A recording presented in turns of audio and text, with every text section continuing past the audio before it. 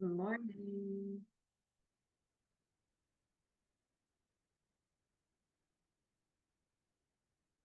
I'm so sorry. I forgot to mute entry tones for our meeting today.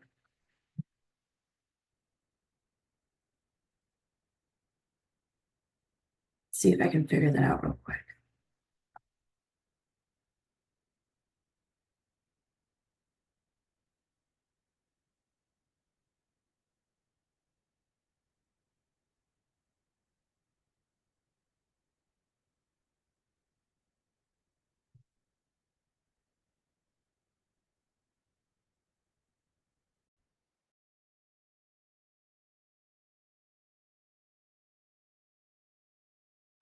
Joanne, I don't know if you know how to mute entry and exit tones. I think I forgot to set it up.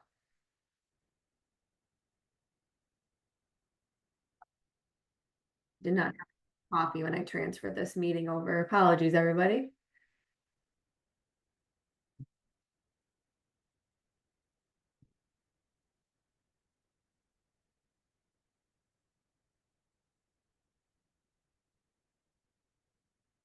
Oh, I found it.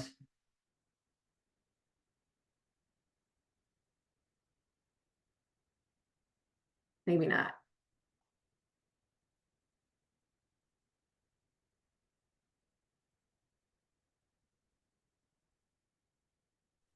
Megan, I don't hear any. Like when Okay, people are that's coming in. good. Yeah. We do. I know. That's Oh. awesome.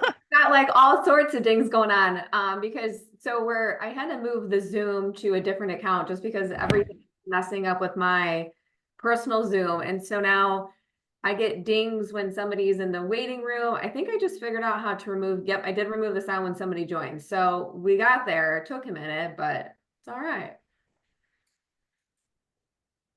It worked, Megan.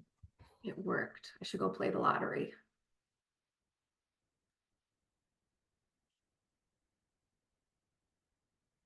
Think I'll give it maybe just one more minute or so, have some more folks roll in. And then we can go ahead and get started today.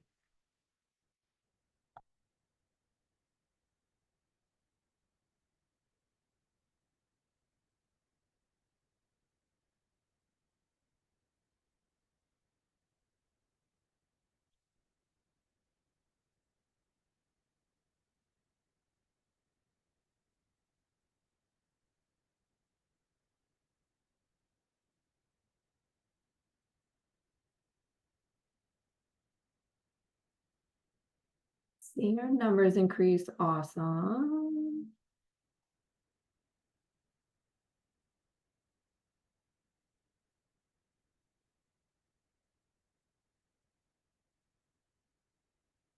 All right, I'm letting some team members in right now. I'm also gonna make sure that people can unmute. So I'm gonna be going through.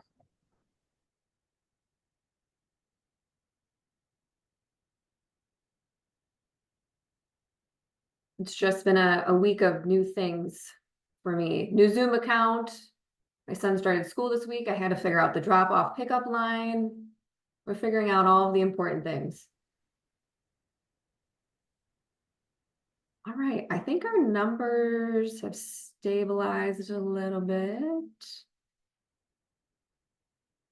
You'll see I'm asking people to unmute. It's just so that when you want to talk, you can. Thanks, Joanne. I promise I'll have it figured out for next time prior to September's meeting.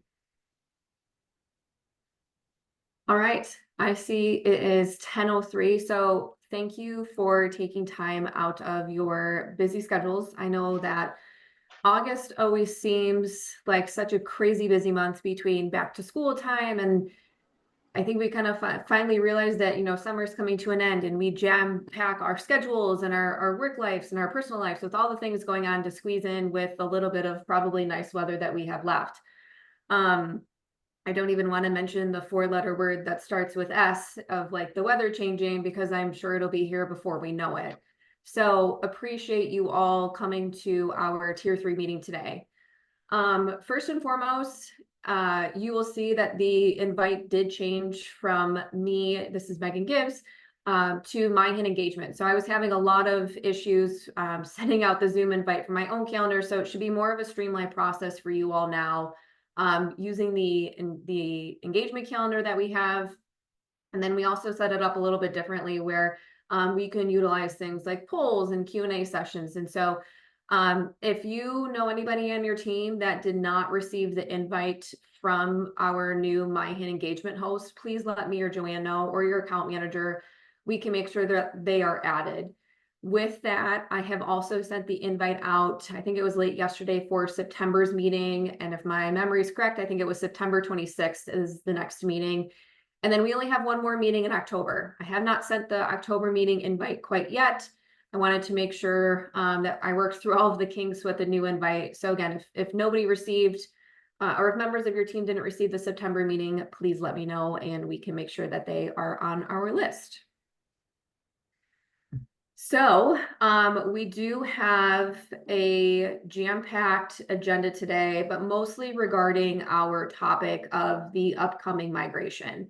And if you give me 1 second here, I'm pulling up my PowerPoint presentation, but you will see a handful of MyHin team members today. So we're all going to probably come off mute at some point and be able to address any questions, concerns that you might have regarding the upcoming decommission of HealthShare, and then also everything going on with all the validation and MITP work that's currently in process. So without further ado, I'm gonna go ahead and roll right through here. So first things first, please utilize the chat feature. I know that we have Joanne and others monitoring the chat. Don't hesitate to come off mute. I fully will say feel free to interrupt me at any point if you have any questions, because we want to make sure that your questions are addressed during today's call. So first and foremost, regarding the ITP MyGateway validation, it's a hot topic right now. I want to make it known and say it till I'm blue in the face that MyHin is dedicated to delivering the most complete, accurate, and consistent data to members of a patient's care team. Because we are at the forefront of the statewide exchange, that is top, if not utmost, if not topmost priority for us, but we want to make sure that that data is valuable for that patient's care team to ensure that they are receiving top-notch patient care. With that, we have a vast commitment to data integrity. You hear us talk about data quality assurance, or DQA, all the time. You hear us talk about conformance all the time. I know that we've reached out to you to ask questions about data coming through from your sending systems based on feedback that we receive from members of your patient's care team. So I don't want it to go unnoticed that we have appreciated all the work that you've done, especially since I know how far we've come since 2014. But data quality will always be at the forefront of what we do, because we do want to make sure that we are doing everything we can and work with you all to make sure that that patient receives top-notch care. So with that, I think there can be some times where we all have different definitions of data quality. So MyHin defines data quality by the accuracy, completeness, consistency, and relevance. So all of those fundamental qualities that are controlled by your sending sources, regardless of how the data is displayed. So very simply stated, we want to make sure that the data that you send to us and the information that is populated in all of those fields is useful, it's current. We're not using diagnosis codes on all of our ADT notifications. We're not using filler information. But again, regardless of how that data is displayed, the importance in the actual data that comes to us is that it's useful and it's correct, or as accurate as it can be at that moment of time that it leaves your sending source and lands at MyHin's interface. So with our upcoming release of what we're calling MITP MyGateway, you'll remember that on a previous Tier 3 call, we had requested feedback from this group for validators. So we have been working with 9 organizations regarding the opportunity to do 3 kind of key milestone things with us here.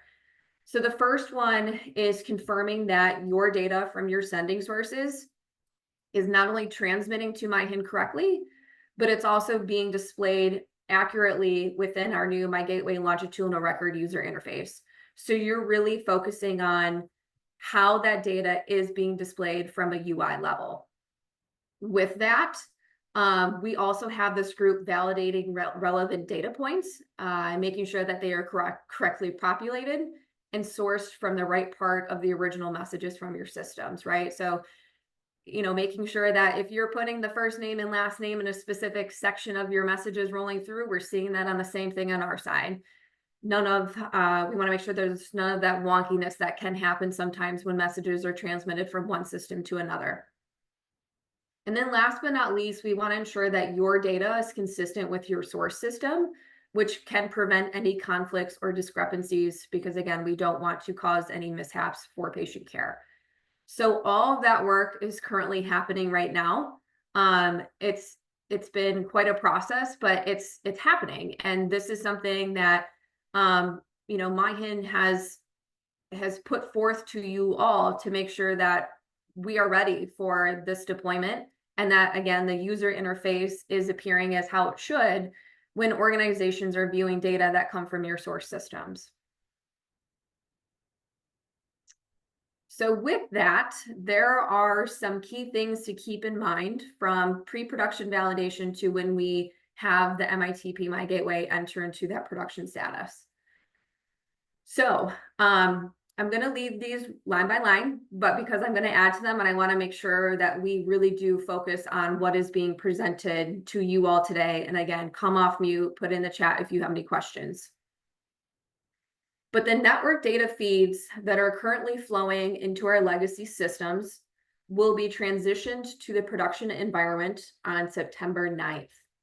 So external data validation can continue as needed during that week, but no one will see production data in the system until September 16th. The reason is that we want to make sure that we turn on this production environment, and we are also going through the validation process and making sure that everything is working as expected. I'm sure all of us understand here that we don't want to release something into the ether and we're all seeing it for the first time on a production case, right? We want to make sure that everything is working. So by the time that you log in and you start utilizing My Gateway, there are no discrepancies of what's kind of happening there.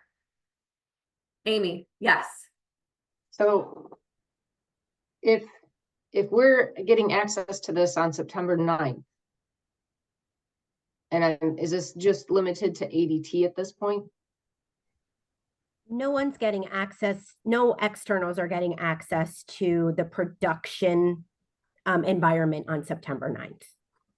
That's but just when we're turning it on. Right, but we get access to pre-production September 9th. Is that what you're saying? You're in pre-production now. Correct. I'm talking about the production environment, I'm sorry.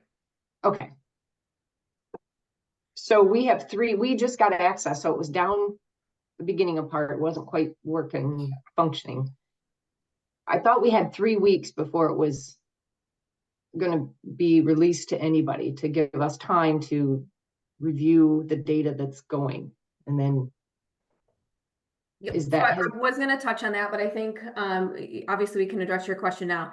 So with the data validation that is happening and knowing that organizations or users aren't going to see the production data until September 16th, the MyHIN team is also going through validation right now, and we are not going to put anything in our production environment that we know is not working. And if you come to us and you tell us that messages aren't displaying properly, something is happening, we are not going to put that data into the production environment. So part of the pre-prod validation that is happening right now is for you all to report those nuances to us so we can address them and work with you to fix them. okay? So if we get to the 15th and say, nope, our stuff is just still not right, then it won't be displayed to anybody that's looking at production. That is correct, but we'll need to know as soon as you notice something that is not displaying correctly or whatever it may be, because we want to start working through that. Sure, Because- but I mean, if we're still at the 15th and things are still not right, it won't be turned on to anybody, correct? Well, I think we need to define like what's not right, which we're trying to do every day leading up to the 15th. Right. I'm saying if the source system says, nope, I'm sending this, you're Yes, displaying that, and it's not correct. equal. It will not go, and we will tell anybody who is accessing the system, which are just select users, that we will move through this process. We will tell them what we've been doing. We will tell them what's not working and why it's not there. Okay, so the source system, us, Corewell for our data, has the final say on when our data is production ready. Correct? We will work with you on any known issues that you are seeing to get them resolved so that we can come into an agreement that it is ready for production. Okay. All right, as long as the source systems have final say on if their data is production ready.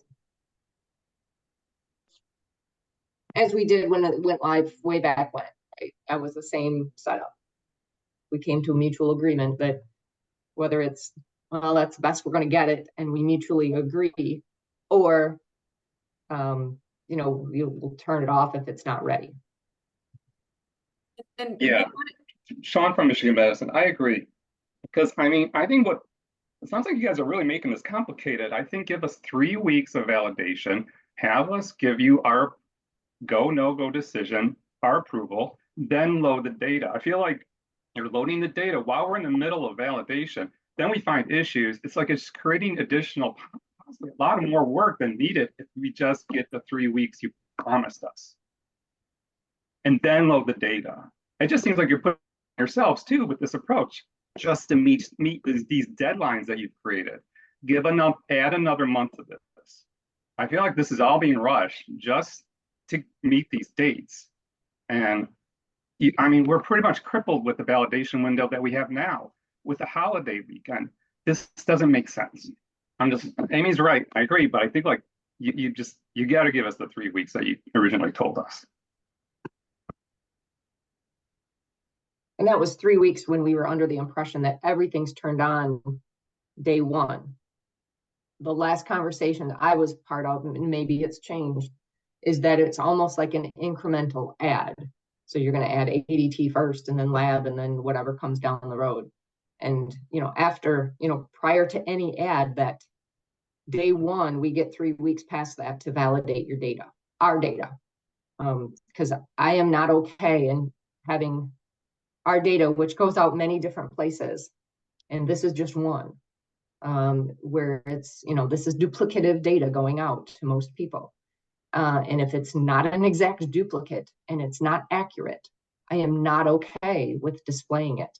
I will vote to turn it off on my end until we're ready to come together on that mutual agreement.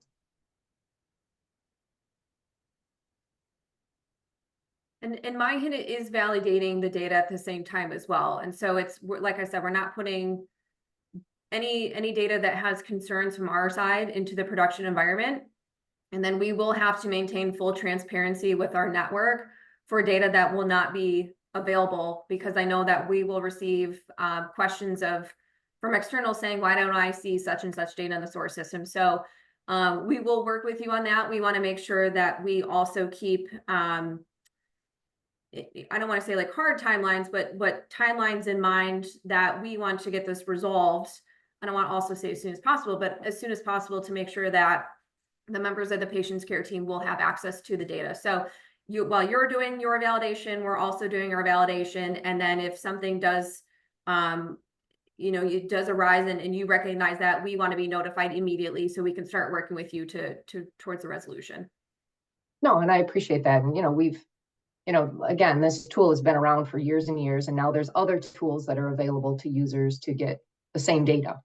And so I just want to make sure if we're going to keep this one alive, that it is truly duplicative of what else is out there. So, Amy, wait, maybe I'm probably misunderstanding. There are other tools to access MyHIN's network data? There are other access for users to access the Corewell data.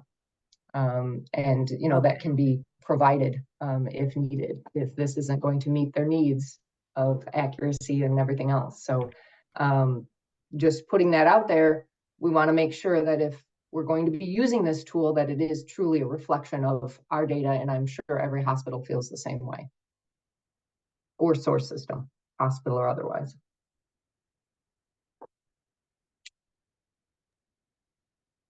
Pam, I see your hand raised.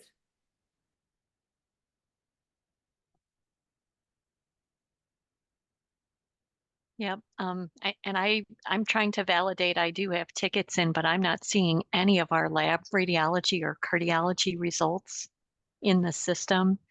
So really, we haven't even started our validation yet. True.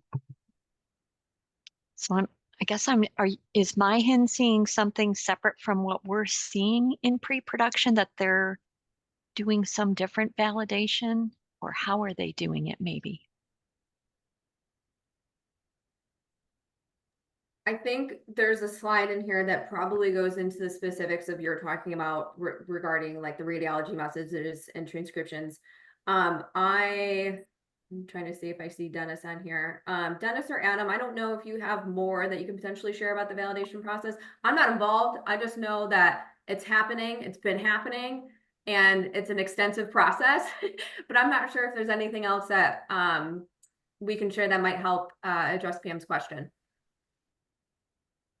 Well, Pam, I think the first part of your question is you want to see your data in there, and I did see your ticket. We are working on it. I'm trying to figure out why your lab feeds are not showing. They should be. Your cardiology feeds will not be available yet for your data validation, but your lab should be. So we do have a team looking into that right now. Okay, radiology too. Those are ORUs. Yep, radiology will not be available for you to validate right now either. Just ADT and lab.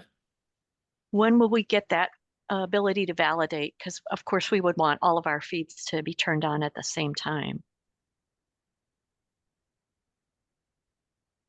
We are in the process of building the radiology piece. It will be shortly. I can't give you an exact date, but it is coming. What is? I mean, understand what is the implication of having everything turned on at once versus having your ADT and lab go live first?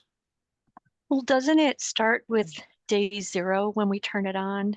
So if we don't turn them all on together, it's going to be labs went live on September 16th, and radiology 2 weeks later, a month later, whatever. Like, it's just harder to keep track of the dates when you're looking for the data for where to find it. Yeah, so Sam, we'll work with you on that, because typically, right, when you go to an onboarding for VT, right, you turn your ADTs on, start building the patients, then you turn your labs on and start adding to those patients and matching. So we can work with you on that. Okay. I know in the past, right, when just in standard onboarding, ADT typically goes first, which is why we're doing those first, followed by labs. Then your radiology and transcribe reports in probably day 1, and I can't speak for everybody. 6, 7, 8, 9 years ago, it was likely, some cascade similar to that. But typically, right, you got to populate before you start matching records to all that. So I want to weigh in here as well, based on those comments. I think the bigger issue in turning these feeds on, first lab, then radiology, and then moving forward from there, is that Viper goes away.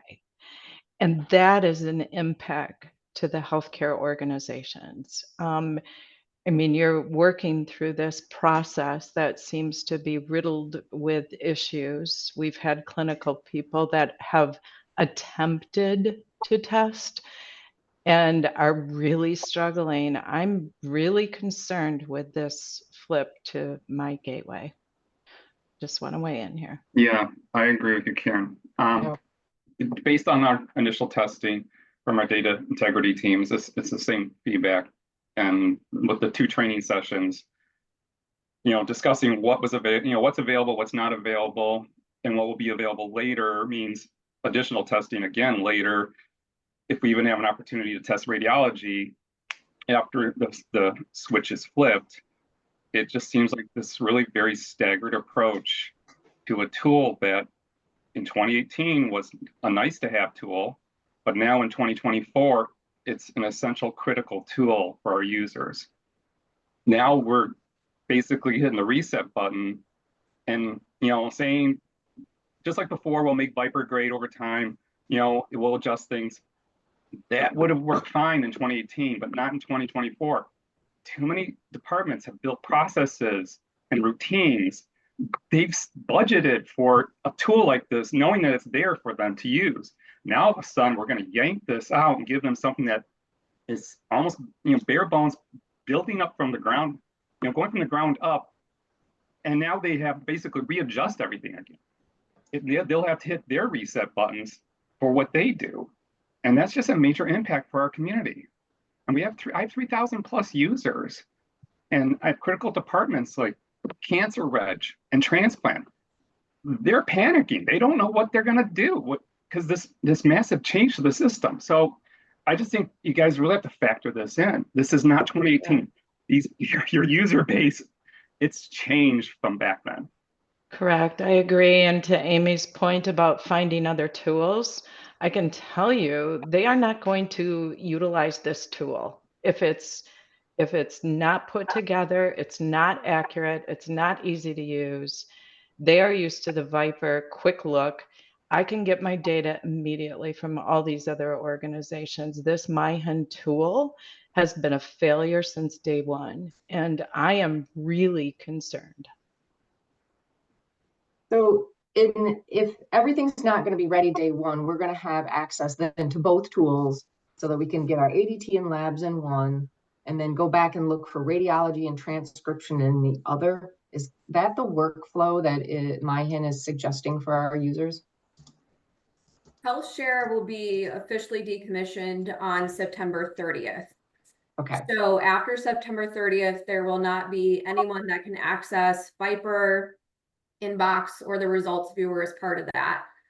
Understanding that there are concerns about how the data will or will not be displayed in the longitudinal record viewer and my gateway, there are other avenues that organizations can take to receive that data in the interim as well. But we also have to stick to, one of MyHIN's core competencies regarding the active care relationship service, and making sure that with all of the security protocols that we have and everything in place, that you are accessing your patient population in my gateway and then also the longitudinal record viewer. And so what I heard too is I think probably a comment relating to breaking the glass feature. Manage Acres will help with that. So if you add those patients on the fly, you can then see the data for those patients in my gateway and then also in the longitudinal record viewer. We're not in a position at this point to stray away from having that open level access in this tool. And Acres has always been one of those cores, or one of the core use cases of my gateway since my gateway was deployed.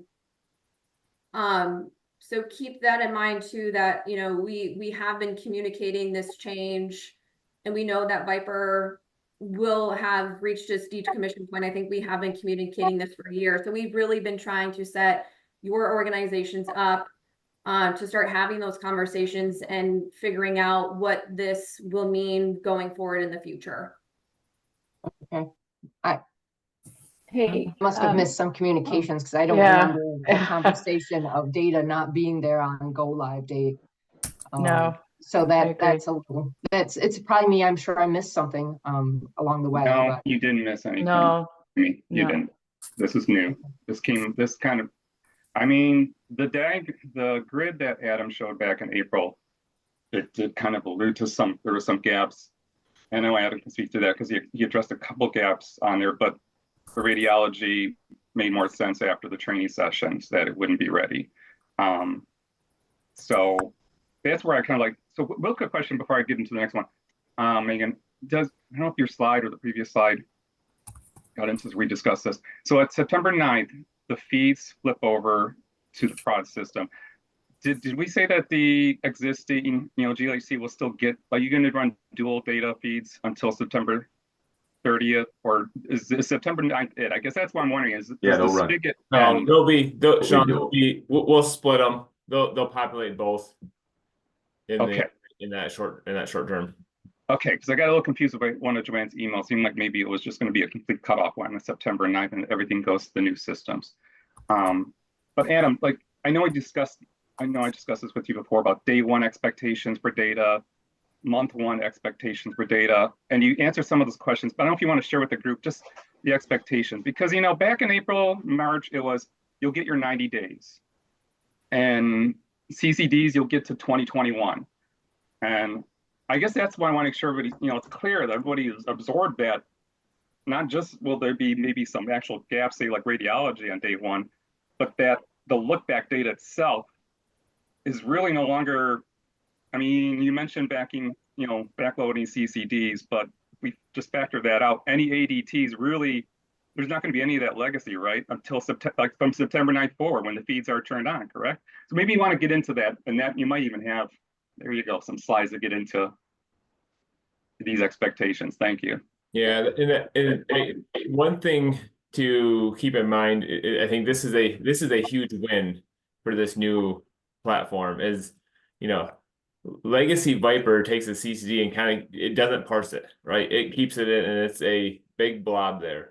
The great thing about this is, the CCDs are mapped into Fire, and it's now available. I'd say no different than if it was, an HL7 message.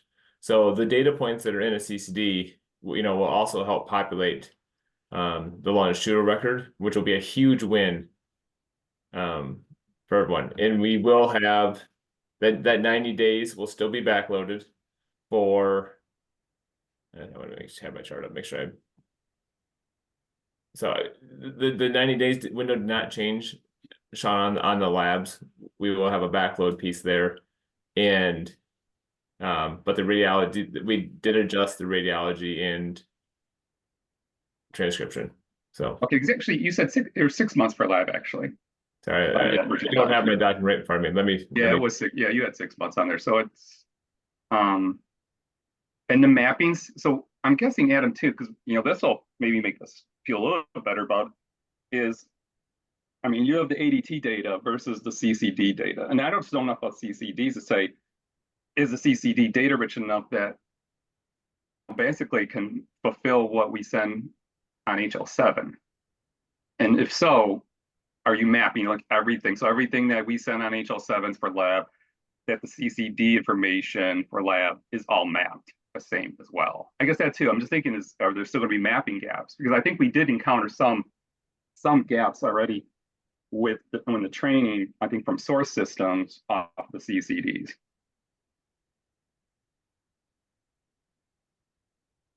So I don't know if that made sense, but yeah, I know there's probably other CCD experts on this call. Just be able to know, oh yeah, CCD can supplement HL7, but I'm not in that position to say that. Well, hey, Sean, this is Bev. Just to your point about CCD information, I think it's great that this Fire tool that we're going to be getting has the capability of parsing out CCD information. However, just from our perspective over here in Grand Haven, I mean, we have we've never interacted that way with V2 and CCD, so that just adds another data point for us to need to test how those are going to work in conjunction. So, just adds one additional layer. And just back to Megan's point about manage acres.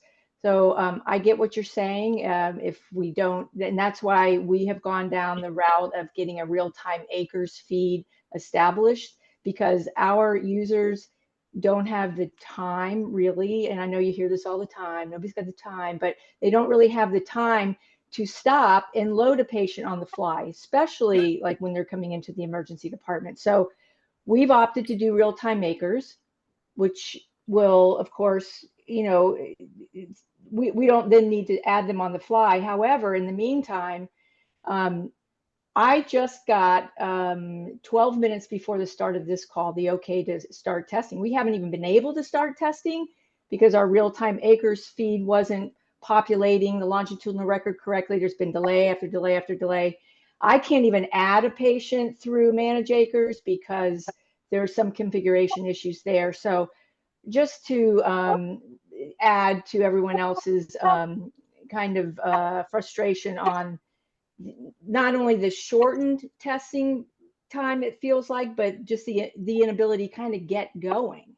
So I think there might be some confusion there. So we know that Manage Acres isn't working as expected in current or legacy My Gateway, but it will be in MITP My Gateway. So the real-time request that you have in with our team is not related to the pre-production validation that you're doing today, but will be set up to ensure that you have those feeds prior to the Viper transition.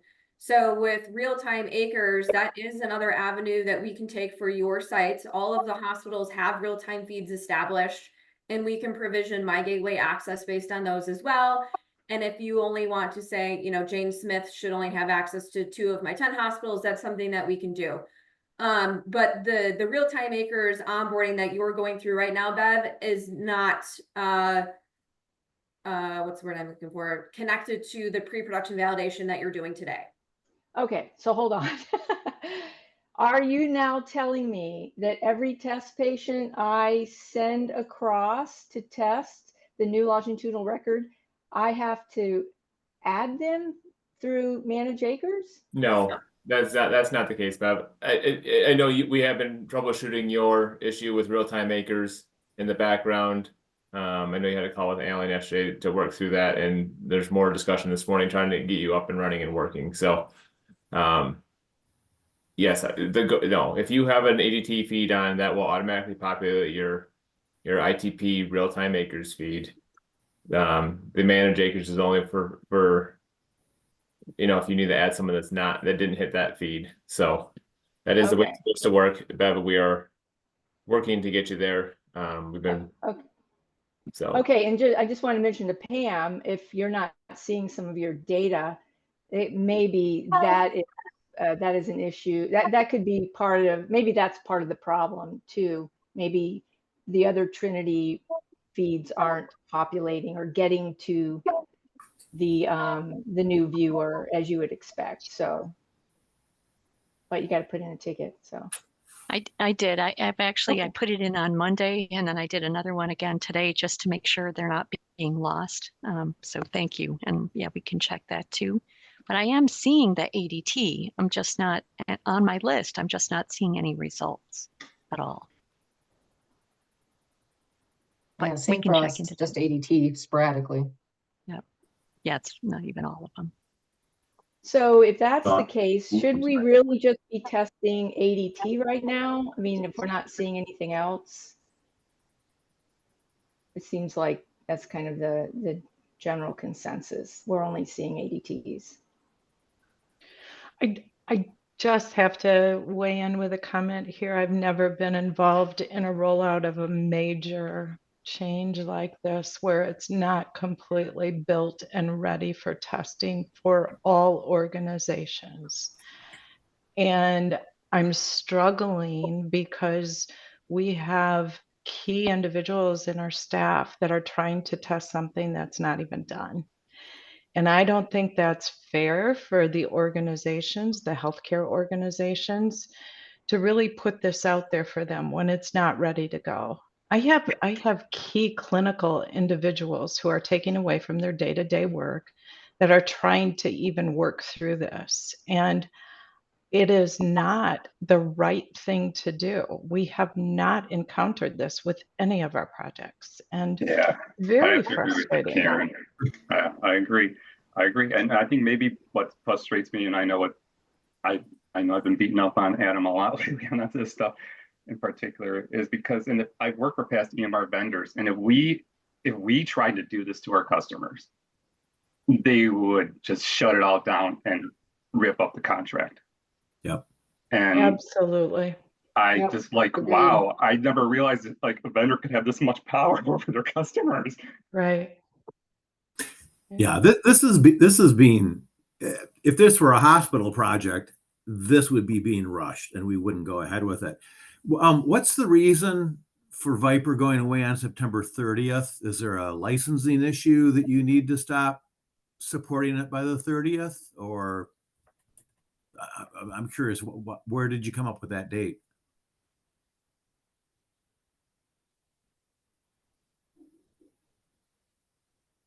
I know that we're not able to extend the contract beyond September 30th. And Jackie, I saw you come off mute, so I'm sure you probably have more to share as well. Yes, sorry, it keeps kicking me out of Zoom, so I haven't been able to speak much. So our contract does end on September 30th. We can again approach them about if we can do another extension like we've done in the past. Our goal was to get everyone access to the system in pre-production, so validation could start occurring on the feeds that were available, and be able to see what issues anyone might have regarding the data content, and then be able to proceed from there.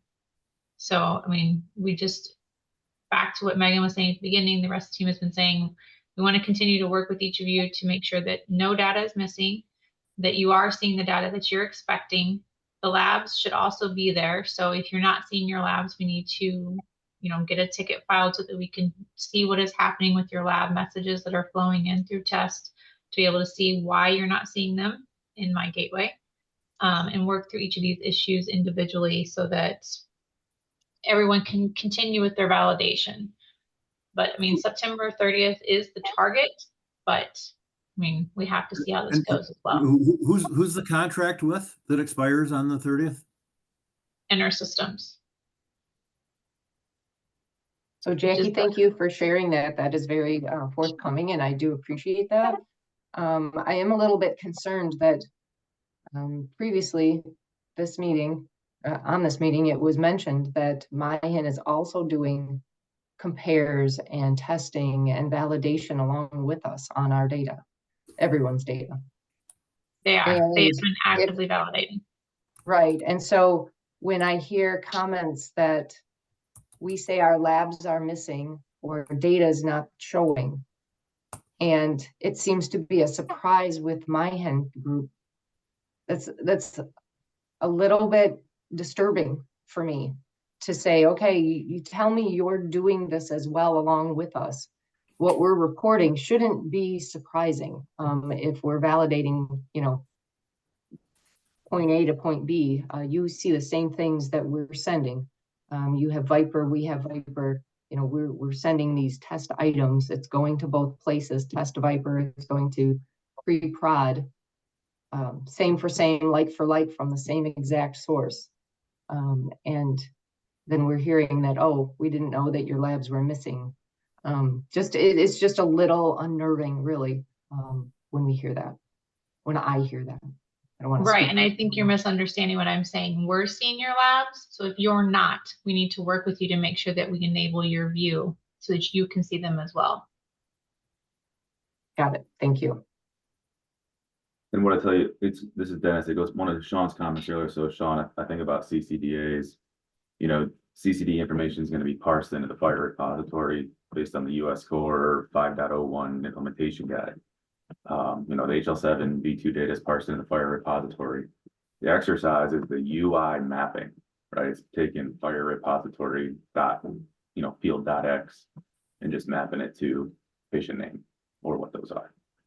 So it's ensuring the mappings are in place at the UI, but the parsing of CCD data, I think you asked about, does get parsed in, based on the implementation guides, the current US Core guides. Okay, and that's going to be our 90-day source feed, and in this case will be those CCDs, because I know back in the past it was never really clear what that 90 days was going to be backfilled with. Yep. And I can get with you offline for that US Core 5. I believe it's 5.01. I'll verify that. But it's the 5.01 implementation guide. Yeah, because I think our users, when I mentioned CCDs, their eyes glaze over. So this is a whole new thing for them. Yeah.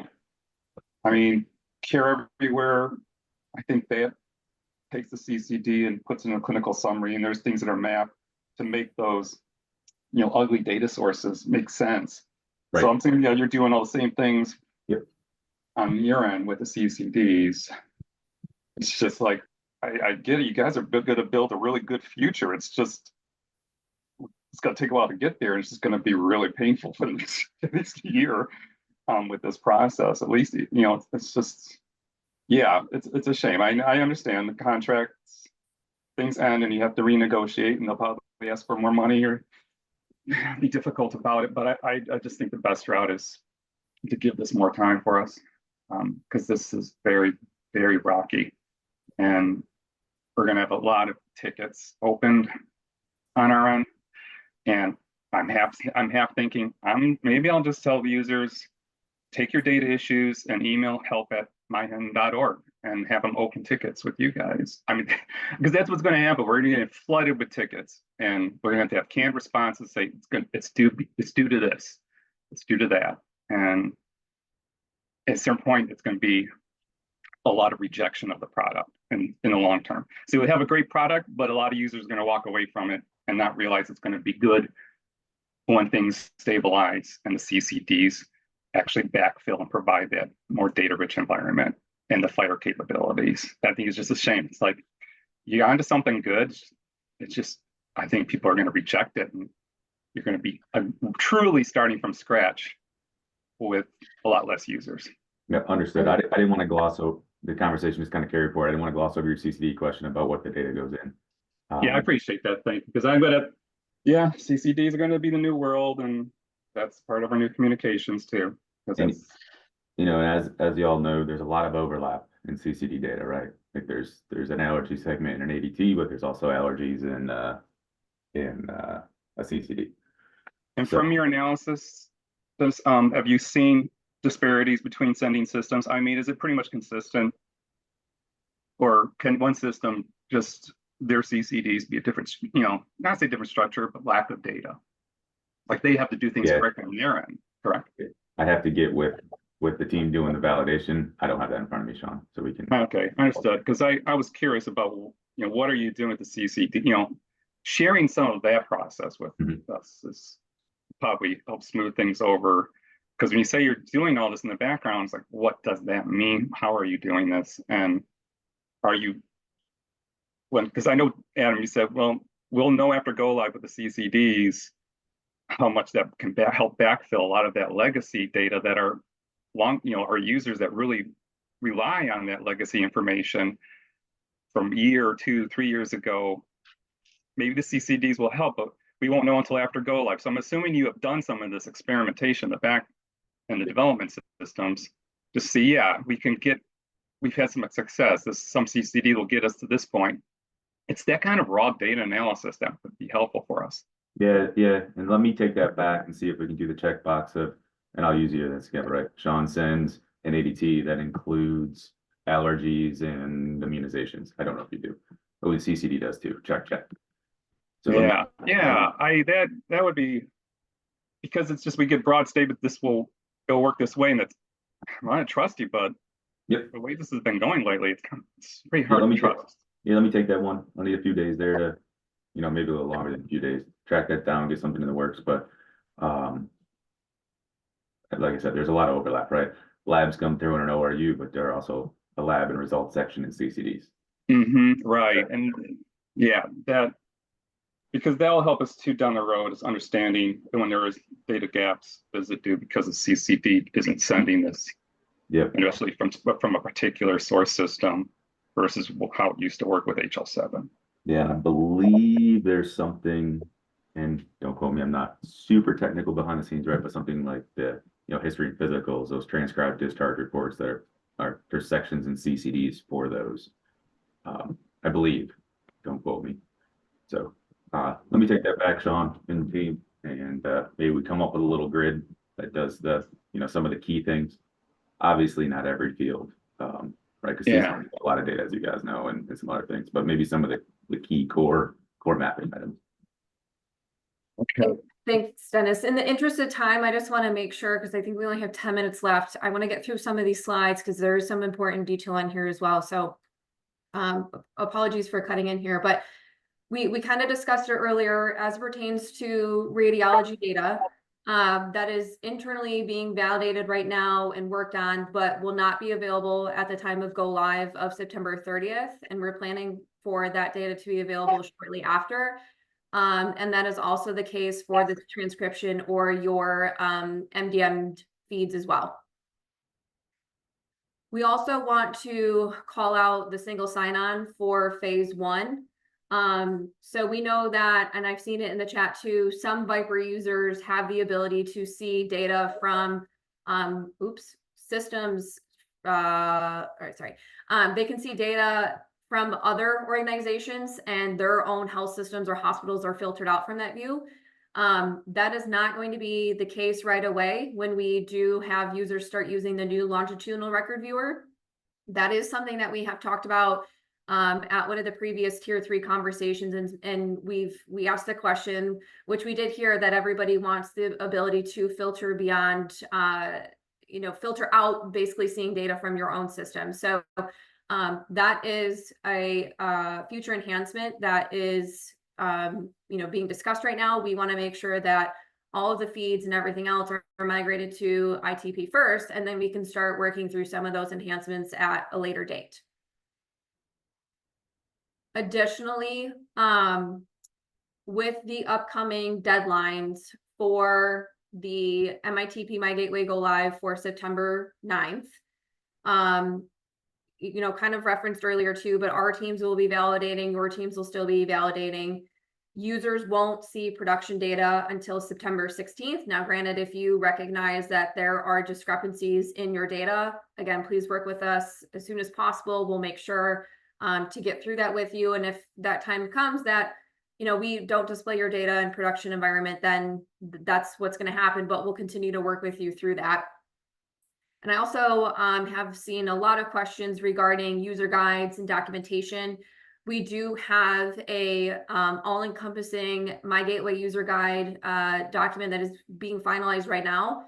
It's covering all of the modules. It's one big document, so everything is kind of in one place, but it is extremely comprehensive. So that will be available to you and your users as well. Regarding the upcoming decommission of InterSystems or HealthShare, so that again means that the Solution Center will be decommissioned as of September 30th. So anybody that is currently accessing Viper, Inbox, Results Viewer will not be able to access those products after September 30th. That also means that we will have user accounts provisioned for the new MITP My Gateway. If you have new users that you need to set up, we want to work with you in getting those onboarding forms completed and submitted to our help desk so we can make sure that we provision those accounts. And then I'm going to get into this in the next slide, but we also want to make sure that you're having conversations with your practices, your provider organizations, to ensure that they are participating in ACRES. So there are some action items for follow-up necessary discussion that we want to make sure are happening prior to September 30th. Now that we know, again, that deadline date is forthcoming, we want you to confirm that your legal agreements with MyHIN are up to date.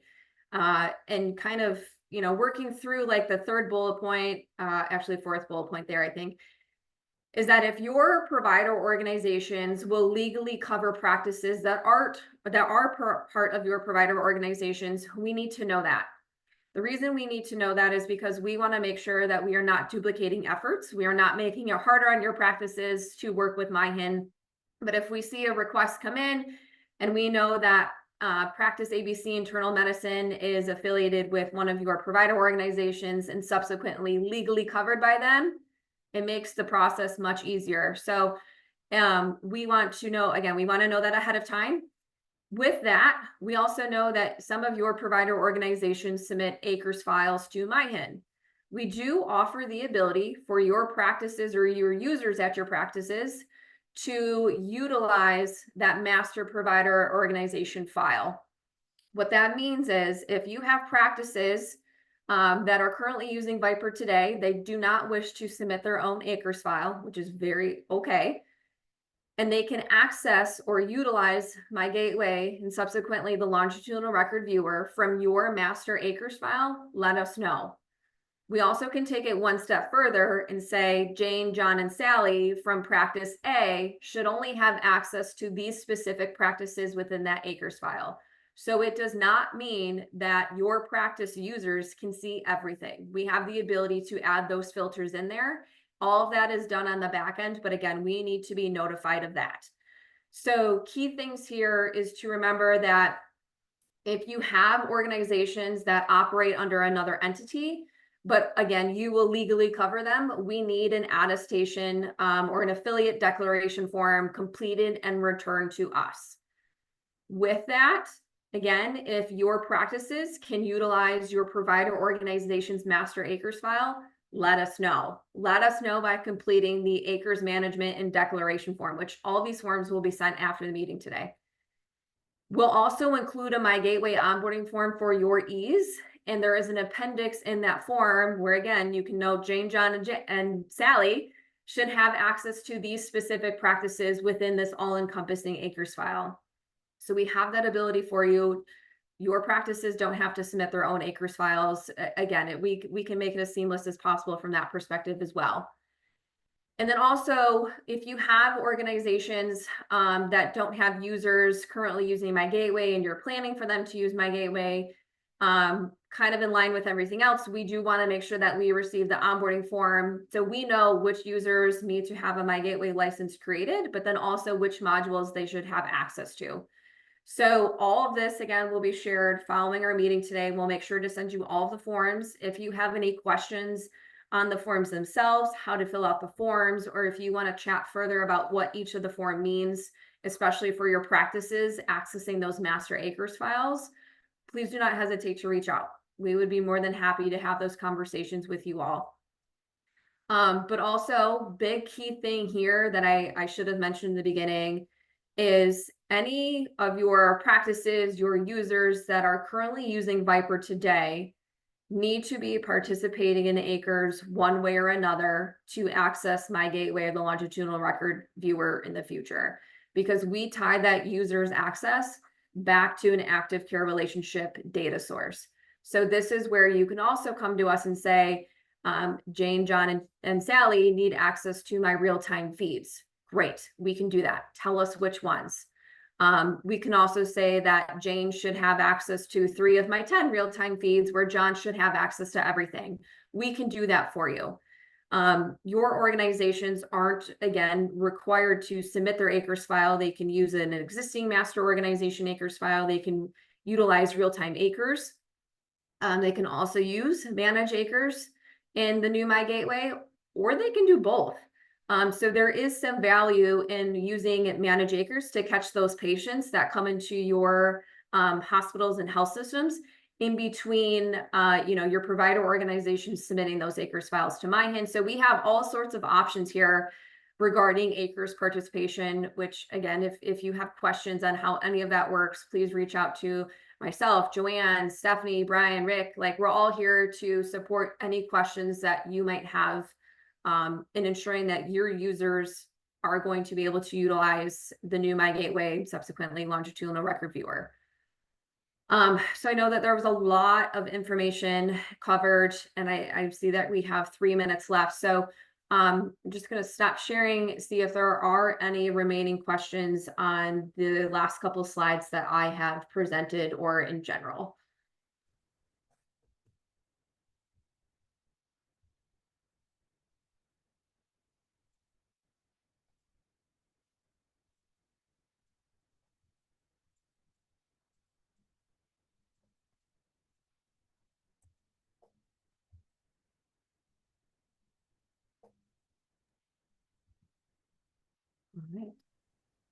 All right. So again, thank you for your time today, your feedback. We hear you. I know that there was a lot happening in the chat, so we'll make sure to review it after the meeting. We can send something out that addresses all of your questions, so we can ensure that everybody is receiving the same answer. We're all on the same page. We will also make sure to send out all of those forms that I had just mentioned. not only will we send the forms, we'll tell you what each form is for, because I know that, again, a lot of information was covered. But please know that your MyHIN resources are here to help. We understand that September 30th is quickly approaching. If you have questions, you need assistance, please do not hesitate to reach out to us. And someone will help you, or multiple people will help you. I know that we all kind of operate as a team here too. So please use us as a resource. We'll be here to help. And we'll also make sure to send out meeting notes and everything else as usual, slides, everything is you know, kind of what we've done in the past too. So again, thank you so much for your time today. I hope you all have a great week and enjoy your holiday weekend. Thanks, everyone. Thank you. Thank you.